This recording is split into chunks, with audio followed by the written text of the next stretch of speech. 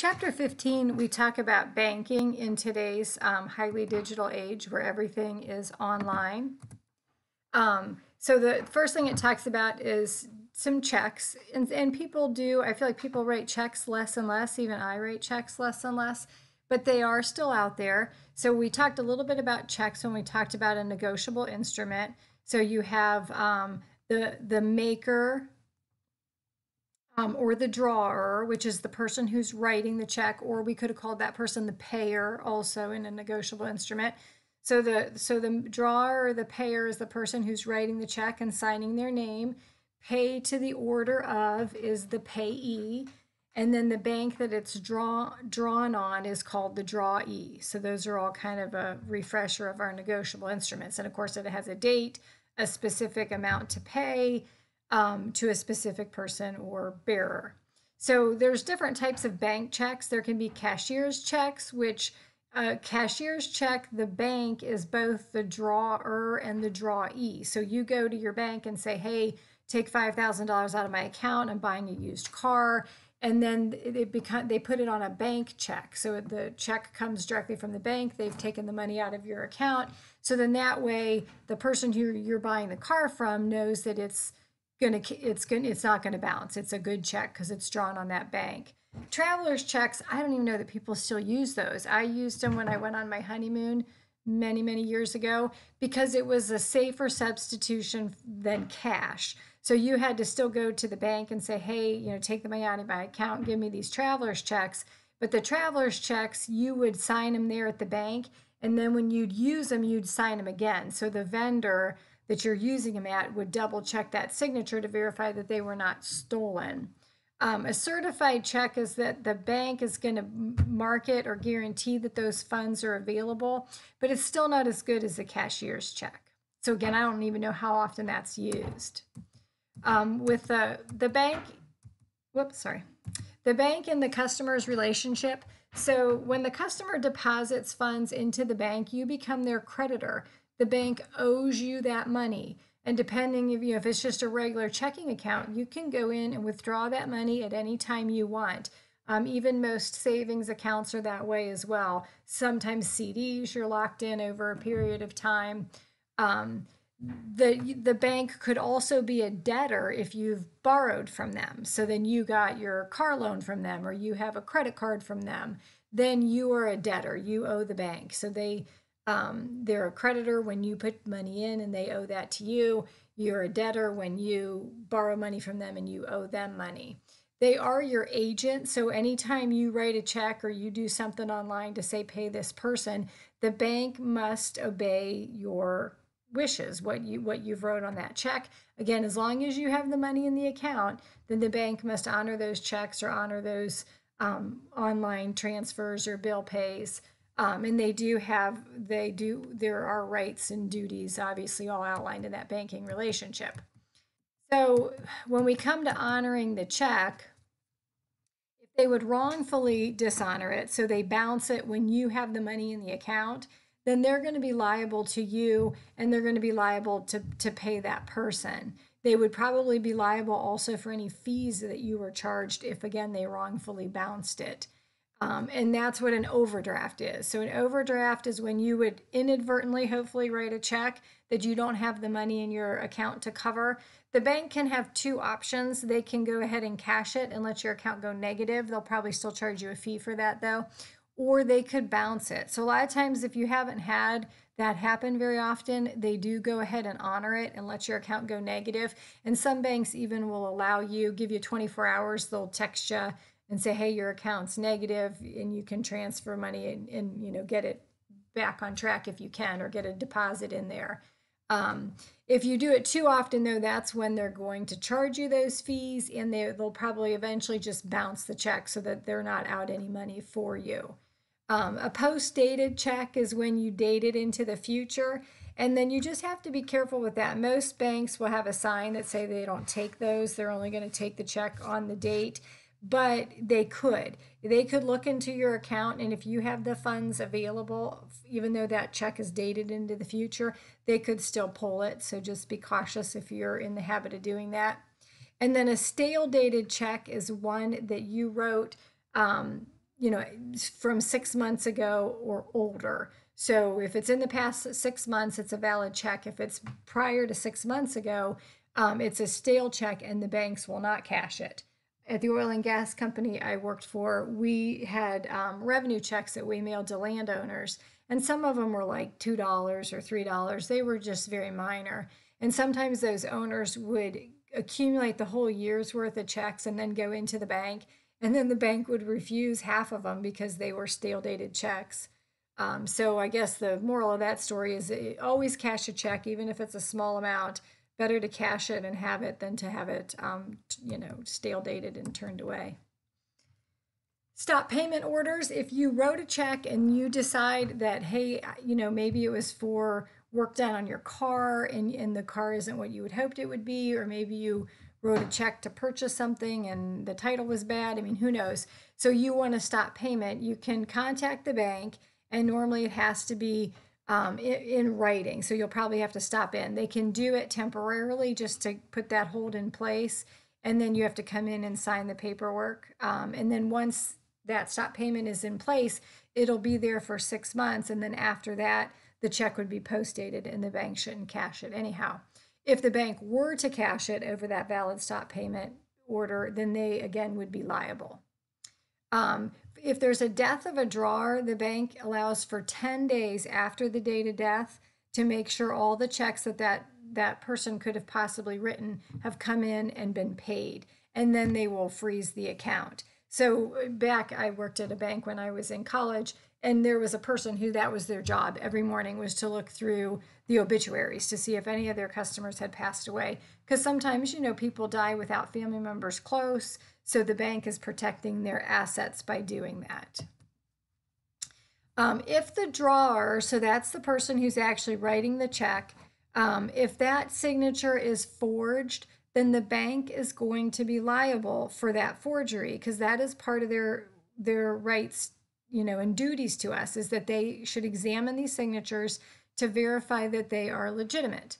Now there are cases though where if there's negligence on the party who has the checking account, then the bank could be released from that liability. So if and I think one of our cases in our textbook is the person writes in pencil.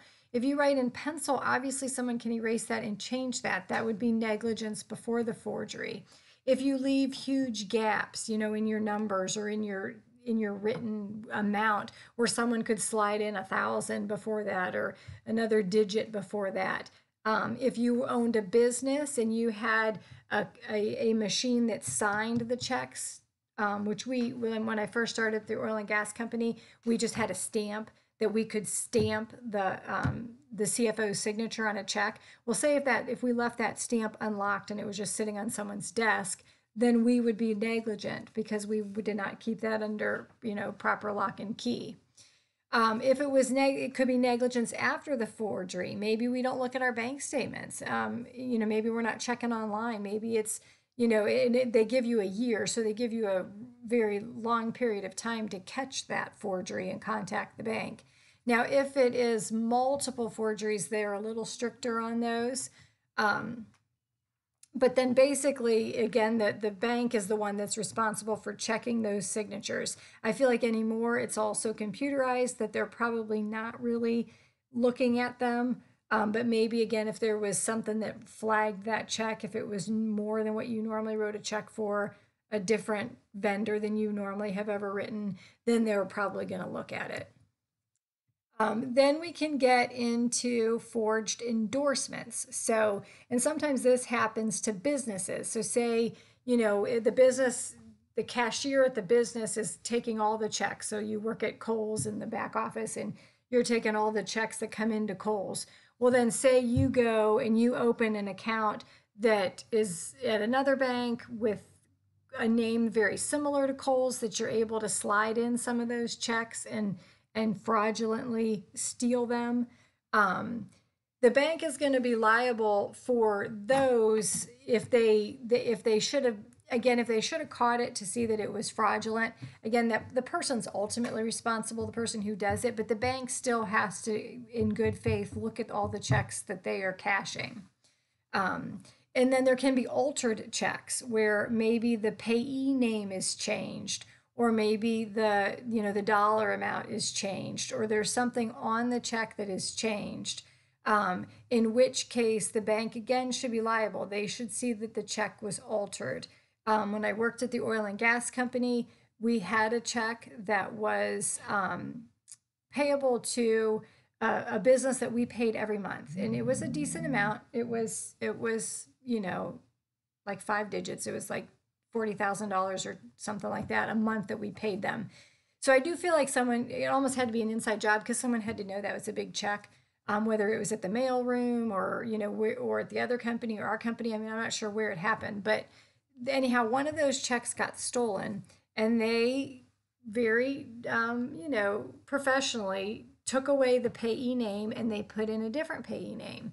And it was actually ended up a scam. It was an individual's name, and he lived like in the state of Texas, and somehow they scammed him to endorse it over to them. I think he thought they were a charitable organization. So he took this check payable to him, he signed the back, gave it to them. They cashed it in a California bank and then closed that account and got the money and were gone. So the only thing we knew was this guy in Texas who then the bank credited our account though, because upon inspection you could see that it was altered. And so they credited our account, so we didn't lose. The bank lost. They investigated it and they never told us what happened with the company. But those are examples of people who can get into those things, and even if it's just that one check and then they move on to another company, it happens. What the bank did for us though is they gave us this positive pay service. So again, we were a larger company. So we submitted to them our check run every Friday. So these are all of the check numbers, these are who it's payable to, and these are the dollar amounts.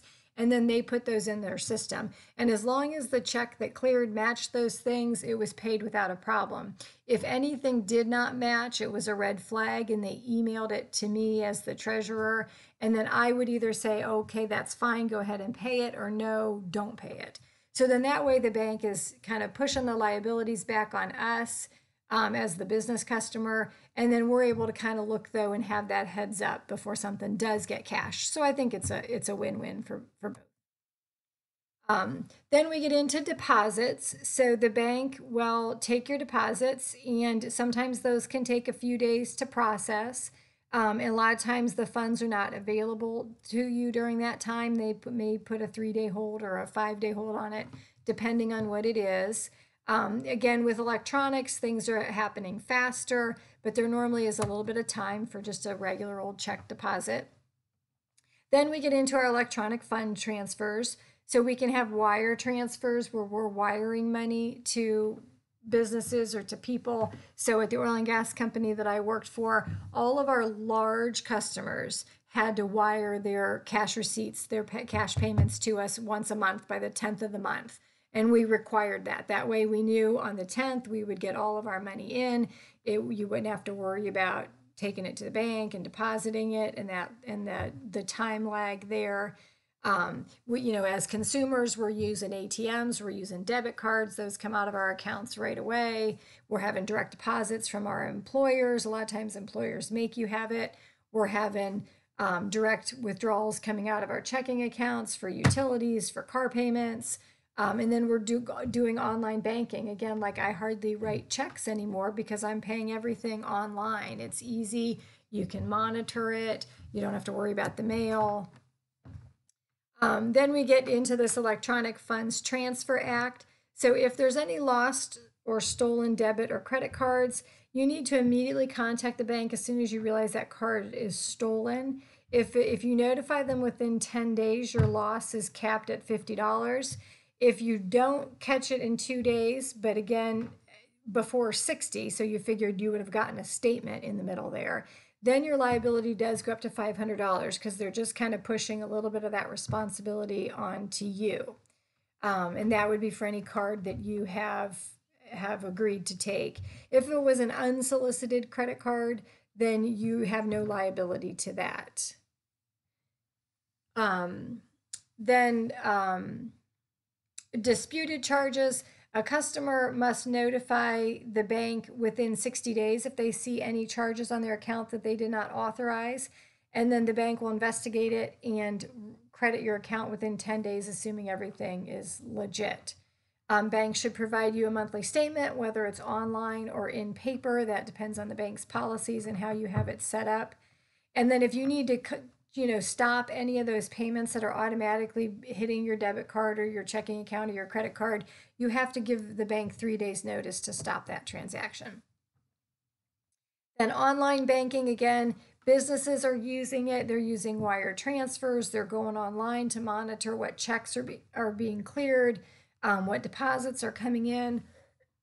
As consumers, we're doing online bill pays, and we can transfer money from our savings accounts to our checking accounts and vice versa.